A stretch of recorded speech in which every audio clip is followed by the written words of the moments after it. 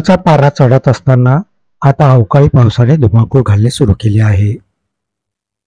यवतमाळच्या घाटंजी तालुक्यातील पारवा येथे आज दुपारी अवकाळी पावसाने हजेरी लावली.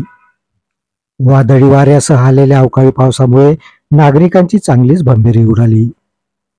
उन्हाची तीव्रता अधिक असताना अचानक आलेल्या अवकाळी पावसामुळे उन्हाची दाहकता काही प्रमाणात कमी झाली. परंतु या पावसामुळे शेतकऱ्यांची चिंता मात्र वाढली.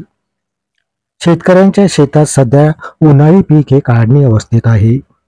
ज्वारी, मूग, तीळ, भुईमूग ही पिके बहुतांश शेतात शेवटच्या टप्प्यात आहे. त्यामुळे अचानक आलेल्या अवकाळी पावसामुळे या पिकाचं अतोनात नुकसान झालं. अवकाळीमुळे शेतकऱ्यांना मोठा आर्थिक फटका बसला आहे. तसेच अवकाळी पावसामुळे उन्हाळी वाहीलाही ब्रेक बसत आहे. एकंदरच सर्व बाजूनी शेतकऱ्यांची ही कोंडी होत आहे.